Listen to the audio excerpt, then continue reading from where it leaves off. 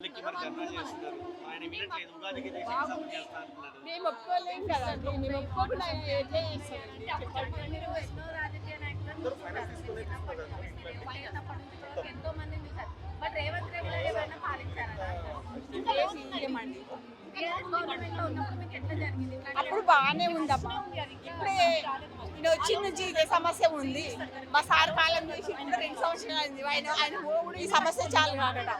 మా ఇల్లు ఎట్లా అయిపోయిందంటే అసలు నిద్ర లేదు, తిండి లేదు, ఏం లేదు. మా అత్తమ్మ పేషెంట్ 2 years నుంచి చాలా సఫర్ అవుతున్నారు. తనైతే ఇప్పుడు మంత్లీ హాస్పిటల్కి వెళ్ళాల్సి వస్తుంది. ఇది ఇలాంటి న్యూస్లు వస్తుంటే భయపడుతున్నారు. ఎంతో కష్టపడి కట్టుకున్నది, తను విలేజ్ నుంచి వచ్చింది.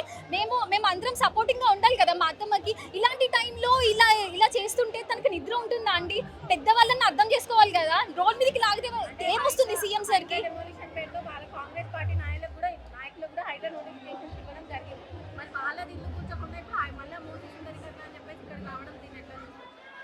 అవునండి, ఫస్ట్ ఇంకా చాలా మేము న్యూస్లో చూస్తూనే ఉన్నాము. ఇంకా ఇల్లీగల్ కన్స్ట్రక్షన్స్ మూసి రివర్ బెడ్ పైన కూడా కడుతున్న కన్స్ట్రక్షన్స్ ఉన్నాయి. వాటి జోలికి వెళ్ళకుండా ఇప్పుడు ఇక్కడ మధుపార్క్ నుంచి స్టార్ట్ చేసి ఈ స్ట్రెచ్ దగ్గర నుంచి ఫస్ట్ కూల్ చేస్తామని చెప్పి టూ స్ట్రెచెస్ ఇచ్చారు మాకు.